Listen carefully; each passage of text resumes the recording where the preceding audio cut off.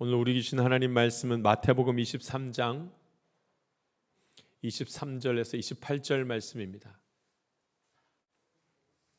제가 봉독하겠습니다. 하나님 말씀입니다. 화 있을진저 외식하는 서기관들과 바리새인들이여, 너희가 박하와 회향과 근처의 11조는 들이되 율법에 더 중한 바 정의와 긍휼과 믿음은 버렸도다. 그러나 이것도 행하고 저것도 버리지 말아야 할지니라. 맹인된 인도자여, 하루살이는 걸러내고 낙타는 삼키는도다. 화 있을진저 외식하는 서기관들과 바리새인들이여, 잔과 대접의 겉은 깨끗이 하되 그 안에는 탐욕과 방탕으로 가득하게 하는도다. 눈먼 바리새인이여, 너는 먼저 안을 깨끗이 하라. 그리하면 겉도 깨끗하리라. 화 있을진저 외식하는 서기관들과 바리새인들이여, 회칠한 무덤 같으니 겉으로는 아름답게 보이나 그 안에는 죽은 사람의 뼈와 모든 더러운 것이 가득하도다. 이와 같이 너희도 겉으로는 사람에게 옳게 보이되 안으로는 외식과 불법이 가득하도다. 아멘. 나는 구원을 어떻게 이루어갈 것인가? 라는 제목으로 이렇게 말씀 나누도록 하겠습니다. 오늘 저와 여러분은 구원받은 하나님의 자녀인 줄 믿습니다. 오늘 저와 여러분은 하나님이 택한 구원받은 하나님의 자녀가 된 줄 믿습니다. 근데 여러분, 그 어느 누구도 내가 구원받았다라고 탁 확신하고 확정된 것을 아는 자가 사실은 없습니다. 왜냐하면 하나님이 너 구원받았다 하고 착 귀에다 들려주시면 알 텐데, 그렇게 안 사람이 아무도 없단 말이죠. 그러니까 알 수가 없습니다. 내가 구원받은 것 같긴 한데 믿습니다. 여러분, 믿습니다 하는 것은 보이지 않는 것, 아직 이루어지지 않는 것을 믿습니다 하는 것이지, 이루어진 것을 믿습니다 하는 사람은 없습니다. 믿습니다, 된 줄 믿습니다, 믿는 겁니다. 그러면 이제 어떻게 할 것인가? 그러니까 실제적으로 귀에다가 하나님이 너는 구원받은 내 자녀야, 이걸 안 들려주시기 때문에, 그러면 이제 어떻게 되는가? 우리가 할 수 있는 건 무엇인가? 구원받은 자로서의 삶을 살아가는 그 삶을 보면 이 사람 구원받았는지 안 받았는지 안다는 겁니다. 내가 살아보면 알 수 있습니다. 내가 구원받은 자라면 구원받은 자로서의 삶을 막 살려고 애쓸 때 하나님이 도우십니다. 할렐루야. 막 구원받은 자로서의 삶을 내가 살려고 애를 쓰면 하나님이 도우십니다.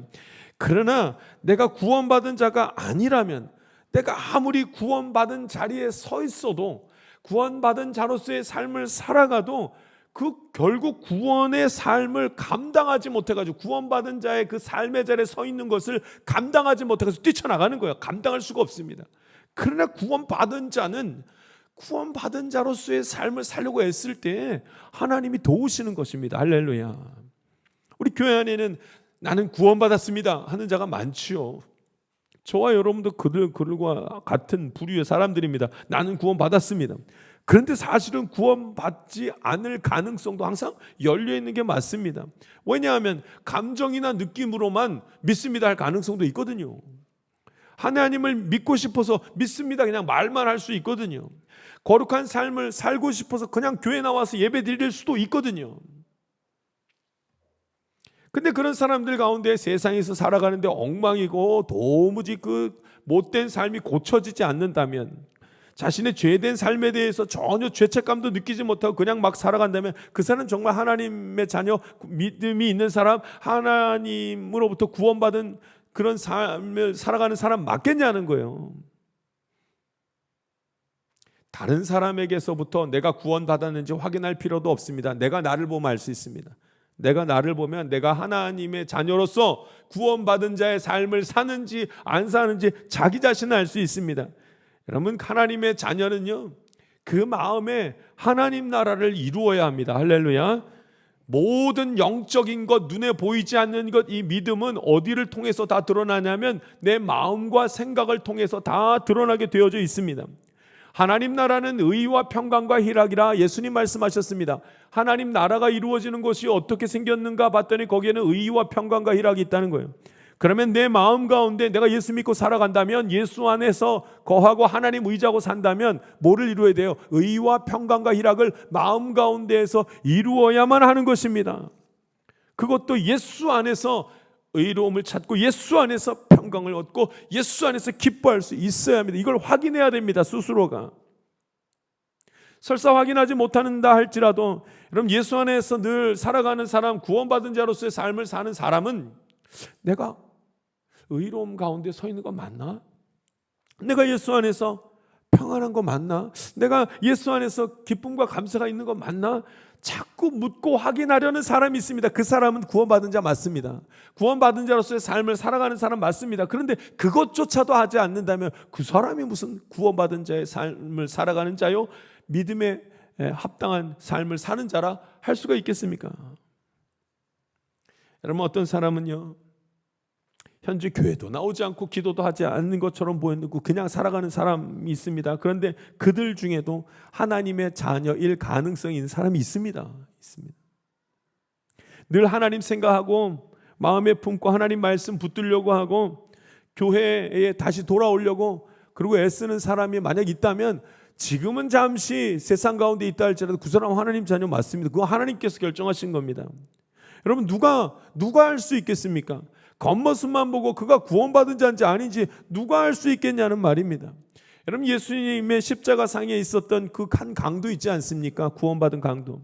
그 장면은 참 감동적입니다. 왜냐하면 십자가상에서 죽었다는 것, 십자가 죽음은요, 십자가 형벌은 그 당시에 가장 악독한 죄를 저지른 사람들이 받게 되는 형벌이 바로 십자가 형벌이었습니다. 그런데 여러분, 그 사람이 죽을 때 그 구원받은 강도 한번 보십시오. 이야, 죽을 때 구원받았어요. 얼마나 이 말씀을 대하면, 제가 이 말씀을 처음 대할 때는요, 이 사람 참 운도 좋다. 어떻게 평생 못된 짓만 하다가 여기서 이렇게 구원받아가지고 참 예수님 옆에 있다가 그렇게 구원받았나 싶더라고요. 어떻게 구원받는 큰 영광 가운데 그 마지막 때 그런 일이 있었을까? 그런데 성경 말씀 전체를 놓고 구원에 대해서 생각한 다음에 그 장면을 다시 들여다보면 구원받은 그 강도, 십자가상에서 마지막 때에 구원받은 그 강도, 어쩌면 처음부터 하나님이 택한 자녀여서 그 예수님 모를 때부터 하나님은 그를 구원의 자녀로 택하셔서 쭉 붙들고 있었기 때문에 그 마지막 때에 구원받은 거 아니겠습니까? 할렐루야. 다만 평생 고난 인생을 살았을 뿐이지 마지막에 구원받았으니, 그러나 여러분, 구원의 그 여정 가운데서는 하나님이 그 섭리와 계획 가운데 그 사람 포함되어져 있었으니까 그렇게 구원받지 않았겠습니까? 여러분, 우리가 확인해야 할 것이 있습니다. 오늘 저와 여러분은 하나님이 택하신 구원받은 하나님의 자녀인 줄 믿습니다. 그렇다면 우리 스스로가 내가 구원받은 자로서의 삶을 거부하면서 살아가는지 아니면은 받아들이면서 살아가는지 확인할 수 있어야 됩니다. 오늘 저와 여러분이 예수 믿는 하나님의 자녀라면 구원받은 자로서의 삶을 살아가려고 힘을 다할 수 있게 되기를 간절히 바랍니다. 예수님께서 구원받았다고 생각하는 자들을 향해서 오늘 강하게 비판하는 말씀이 오늘 성경에 나옵니다. 스스로가 하나님의 자녀라고 생각하는 사람들을 향해서 예수님이 강하게 비판하시면서 하신 말씀이 있었습니다. 우리 23절 말씀 같이 한번 읽어보겠습니다. 23절 말씀 같이 읽습니다. 시작. 화 있을진저 외식하는 서기관들과 바리새인들이여, 너희가 박하와 회양과 근처의 11조는 들이되 율법에 더 중한 바 정의와 긍휼과 믿음은 버렸도다. 그러나 이것도 행하고 저것도 버리지 말아야 할지니라. 아멘. 예수님이 하시는데 그들을 향해서 책망하는데 세 가지를 너희가 버렸다 이렇게 말하는 거예요. 세 가지를. 그 세 가지가 무엇인가? 화 있을진저 서기관들과 바리새인들이요, 너희가 정의와 긍휼과 믿음은 버렸다 이렇게 말합니다. 그런데 이 말씀을 하시기 전에, 정의와 긍휼과 믿음을 버렸다 말씀하시기 전에 예수님이 먼저 하신 말씀이 있습니다. 그들이 너희가 박하와 회양과 근처의 11조는 들이되 이렇게 말하거든요.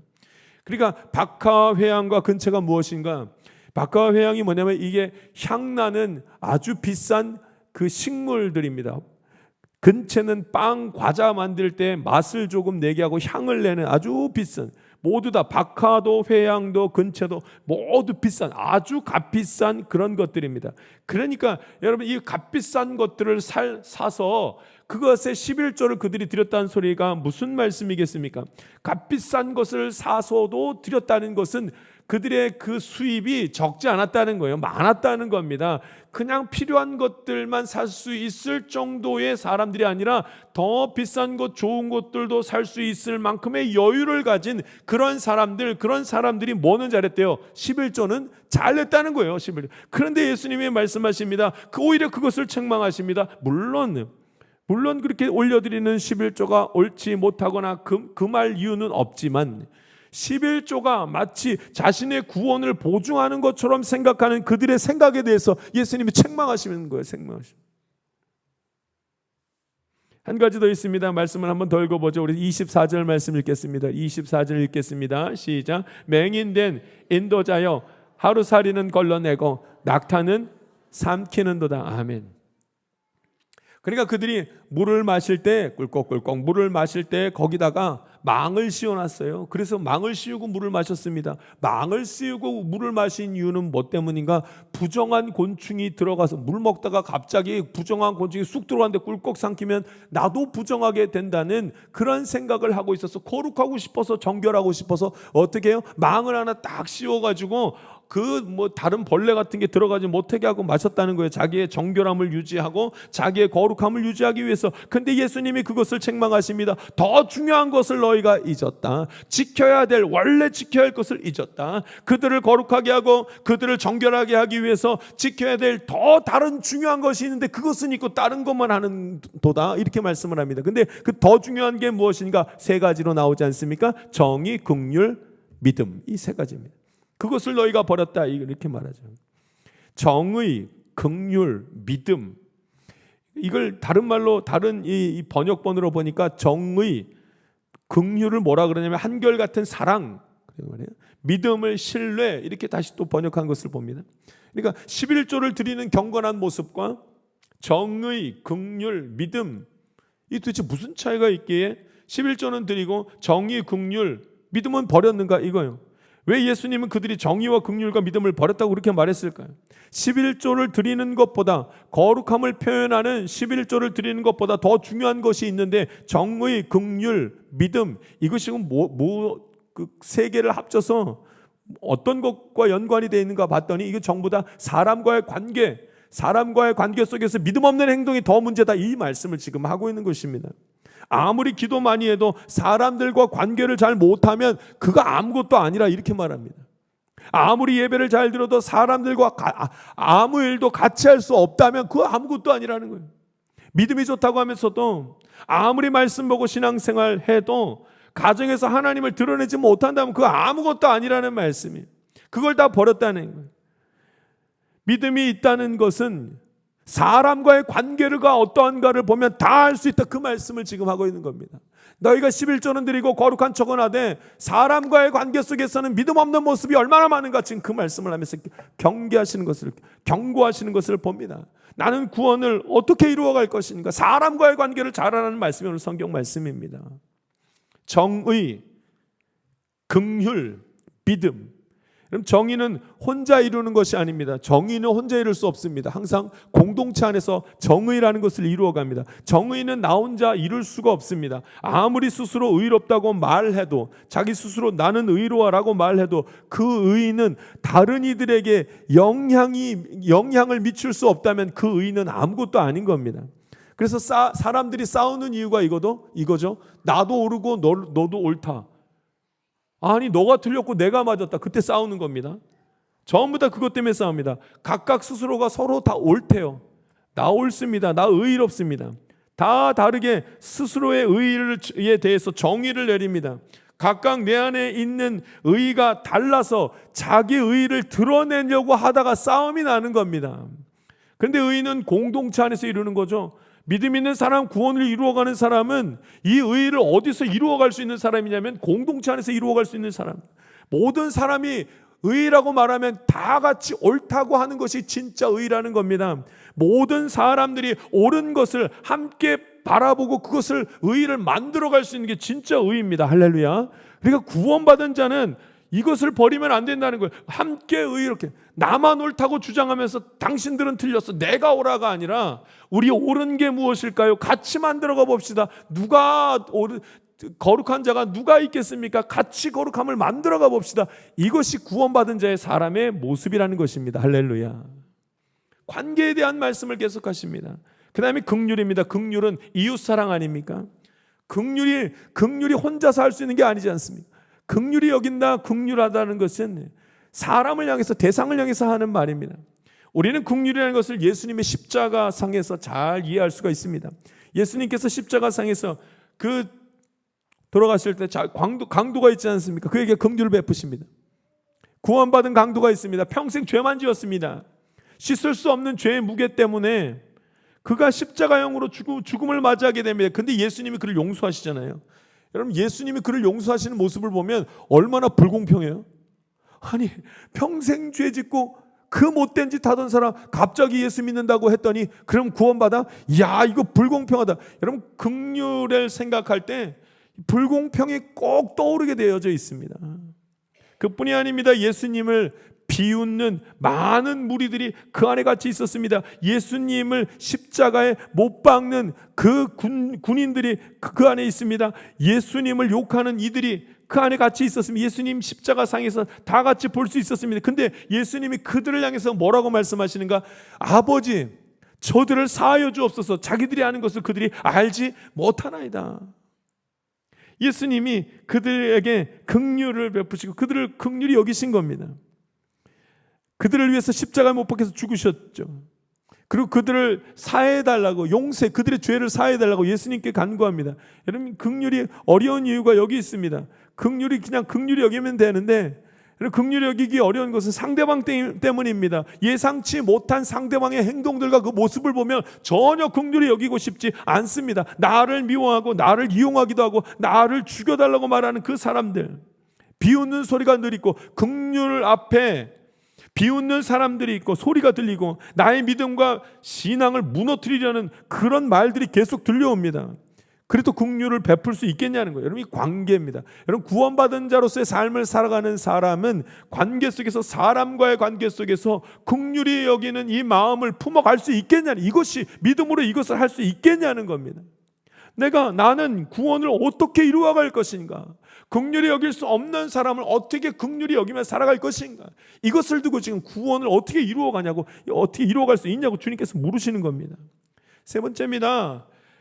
정의, 긍휼, 믿음은 이제 신뢰, 이렇게 바꿔 말할 수가 있습니다. 신뢰. 여러분, 신뢰를 혼자 합니까? 같이 해야 됩니까? 이거 같이 해야 되는 거예요. 신뢰는 같이 하는 겁니다. 신뢰는 혼자 하는 게 아닙니다. 관계를 통해서 신뢰를 만들어가는 거죠. 예수님께서 12제자를 두시고 3년 동안에 그렇게 공생애 생활을 하셨습니다. 여러분, 근데 그 3년 동안 공생애 생활을 하는 가운데 예수님이 전부입니다 했던 사람, 그 사람 중에 한 명, 베드로가 예수님 3번 부인하지 않습니까? 그 함께 12명, 그 많은 사람 중에 특별히 12명은 예수님께서 함께 데리고 다니고 함께 먹고 함께 잠자고 함께 지냈습니다. 온전히 함께. 근데 그들 중에 예수님을 팔아버린 사람이 있지 않습니까? 12제자 중에. 신뢰. 3년 동안 예수님이 다니면서 하셨던 말씀, 하나님 나라에 대한 말씀을 그렇게도 많이 전하셨는데 그 말씀을 3년 동안 예수님, 하나님의 아들 예수님에게서 직접 들었음에도 불구하고 무슨 일이 벌어집니까? 신뢰가 무너지는 거예요. 그 안에 신뢰가. 예수님을 신뢰하지 못하고 팔아버리고 배신하는 일들이 벌어졌습니다. 사람들 사이에서 제일 많이 일어나는 것이 배신, 속이는 것. 저는 배신 안 하는데, 아니요, 각자 속이는 것이 얼마나 많은지요. 서로 신뢰하기는 너무나 어렵습니다. 그러나 구원받은 자의 모습으로 살아가는 삶의 자리에는 서로 신뢰할 수 있어야 됩니다. 할렐루야. 서로 믿음을 가지고 하나님 안에, 예수 그리스도 안에서 신뢰하는 힘이 있어야만 합니다. 그게 구원받은 자의 모습이라, 이것이라는 겁니다. 정의, 긍휼, 믿음, 이것은 우리가 붙들어야 될 가장 강력한 단어들입니다. 이 세 단어 모두 다 관계와 연관되어져 있습니다. 내가 구원받았는지를 알 수 있게 하는 그 모습, 사람과의 관계를 보면 알 수 있습니다. 우리가 예배를 드리고 우리가 말씀을 읽고 우리가 기도를 하면서 꼭 해야 될 것은 신앙생활입니다. 신앙생활을 할 수 있어야 됩니다. 교회에서 봉사하는 것입니다. 찬양대로, 교사로, 겨자씨 모임으로, 차량으로, 또 식당 목소리, 여러 가지 봉사를 해야 됩니다. 왜냐하면 이런 것들을 통해서 나의 구원을 확인할 수가 있습니다. 할렐루야. 사람과의 관계, 사람과 부딪히면서 가만히 보면 내가 믿음이 있는지 없는지, 구원받은 자로서의 모습이 있는지 없는지를 확인할 수 있단 말입니다. 정의와 긍휼과 믿음을 그 공동체 안에서 확인할 수가 있는 겁니다. 함께 일해보면 다 알 수 있습니다. 그 사람을 이해할 때 우리가 가장 많이 하는 말이 함께 일해보면 안다는 거예요. 그 사람을 이해하려면 함께 일해보면 압니다. 바른 말을 하는 사람보다는 묵묵히 일하는 사람, 틀리지 않는 사람보다는 도와주는 사람, 드러내는 사람보다는 빈자리를 채워주는 사람, 그런 사람들이 있다는 거예요. 이를 통해서 우리는 우리의 정결함, 우리의 거룩함을 확인할 수가 있습니다. 할렐루야. 나는 구원을 어떻게 이루어갈 것인가? 나는 이미 구원받았다고 생각하면서 그냥 넉넉고 그냥 나 구원받은 자라고, 하나님 자녀라고 그렇게 떼쓰면서 있겠냐는 거예요. 나는 구원받았으나 아직 구원을 이루지 못했습니다. 마치 나는 시험 봐가지고 합격은 했으나 아직 그 학교에 들어간 것은 아닙니다. 들어가는 때까지는 또 시간이 걸립니다. 정말로 들어가야 들어간 것이지요. 들어가기 전까지 무슨 일이 생길지 어떻게 압니까? 그러므로 우리는 구원을 이루어가야 합니다. 예수님의 이름을 부르면서 하루하루 주님을 의지하면서 살아갈 수 있어야만 합니다. 할렐루야. 그 정의, 긍휼, 사랑, 믿음, 여러분 이것을 이루어가면서 만들어가면서 살아갈 수 있어야만 합니다. 그것이 구원을 이루어가는 사람들의 모습이라는 것입니다. 어느 신실한 목사님께서 평생을 교회에서 헌신하고 이제 은퇴를 하십니다. 늘 한결같은 모습으로 복음 전하시고 그렇게 정직하고 그렇게 바르게 힘을 다했던 목사님입니다. 그런데 나이가 많이 들어 이제 은퇴하신 다음에 병에 걸리셨습니다. 이제는 말도 잘 하지 못하게 되고 조금 더 지난 다음에 병이 악화돼서 걷지도 못하는 상황까지 되었습니다. 근데 여러분, 그렇게 신실하게 구원의 도를 따라서 걸어왔던 그 목사님이라 할지라도 이제는 그 목사님이 사는 것이 이제 무섭습니다. 사람 만나는 것도 싫고 이 세상 재미라고는 찾아볼 수도 없습니다. 너무 아프고 힘드니까. 여러분, 구원을 이루어가는 그리스도인이 어떻게 하면 좋겠습니까? 그리스도인이라는 것은 그리스도를 믿는 사람들을 그리스도인이라고 하는데 어떻게 하면 좋겠습니까? 구원은 하나님께 속해 있습니다. 주님이 부르는 자리까지 우리는 주님이 언제 부르는지 간에 겸손하게 구원을 붙들면서 살아가야만 합니다. 그거밖에 방법이 없습니다. 그 어느 누구도 죽음 앞에서 두렵지 않은 자가 없고 아무리 믿음이 좋아도 그 앞에서, 이 죽음 앞에서, 삶의 자리에서 당당하게 서 있을 수 있는 자가 한 명도 없습니다. 우리는 겸손하게 구원을 이루어가는 그런 삶을 살아갈 수 있게 되기를 간절히 바랍니다. 난 거룩해. 그럴 수 없습니다. 나의 의지와 노력으로 나는 거룩함을 만들어갈 수 있어? 그럴 수가 없습니다. 오늘 하루하루 하나님의 선하신 인도하심을 보며 거룩한 자리에 서 있기를 하나님 앞에 간구할 수 있기를 간절히 바랍니다. 그런데 이 정의와 긍휼과 믿음을 나는 구원받은 자야 라고 말하는 사람들이 버릴 만큼 그 마음속에 붙들고 있었던 것이 있었습니다. 오늘 성경에는 구원을 이루기가 어려운 이유를 이것이라고 말하고 있습니다. 우리 25절 말씀 같이 읽어보겠습니다. 우리 25절 말씀 읽습니다. 시작. 화 있을진저 외식하는 서기관들과 바리새인들이여 잔과 대접의 겉은 깨끗이 하되 그 안에는 탐욕과 방탕으로 가득하게 하는도다. 아멘. 탐욕과 방탕함이 그 안에 있다는 거예요. 겉과 속이 다른 이유, 내가 예수 믿습니다 하면서 구원받은 자로서의 삶을 포기하고 주저하고 잊어버리고 망각하는 이유, 겉과 속이 다른 데는 이유가 있는데 그것이 무엇 때문인가? 내 안에 뭘 붙잡고 싶어서요? 탐욕과 방탕을 붙들고 싶어서 이게 안 된다는 겁니다. 마치 회칠한 무덤과 같이 겉보기에는 하얗게 예쁘게 아름답게 칠해져 있지만 그 안에는 더러운 것들과 죽은 사람의 뼈가 가득하다는 예수님의 말씀. 안과 속이 다른 이유가 무엇 때문인가? 방탕과 그 탐욕이, 그 정욕이, 욕심이 이 안에 가득해서 그래서 거룩함을 이루어 나가지 못하더라 이 말을 합니다. 겉으로는 잘 보이고 싶고 그럼에도 불구하고 하고 싶은 것이 너무나 많아서 안 된다는 거예요. 그 하고 싶은 것이 정욕, 탐욕, 욕심, 방탕입니다. 인류가 망한 이유도 전부 여기 있습니다. 인간이 죄를 짓고 방황하게 된 그 근원이 바로 이것입니다. 탐욕과 정욕과 그 안에 방탕함이 있었던 것입니다. 여러분, 선악과를 보면 알지 않습니까? 아담과 하와가 선악과를 먹고 싶어 한 이후로, 선악과가 예전에는 그렇게 안 보였는데 이제 뱀의 유혹을 받은 다음부터 선악과를 쫙 보는 순간, 선과 악을 구별하는 그 열매를 딱 보는 순간 보암직도 하고 먹음직도 하더라. 그렇게 바뀌어버리면 욕심이 나기 시작합니다. 인류의 죄의 시작이 이 욕심, 탐욕으로부터 시작됩니다. 아담과 하와가 죄를 지은 다음에 즉시 그들이 했던 행동이 무엇인가? 죄를 지은 것을, 그 몸을 감추기 위해서 숨는 것이었습니다. 하나님이 아담을 불러서 하와가 어디 갔냐고 물었더니 아담이 하는 말이, 내가 그를 지키는 자입니까?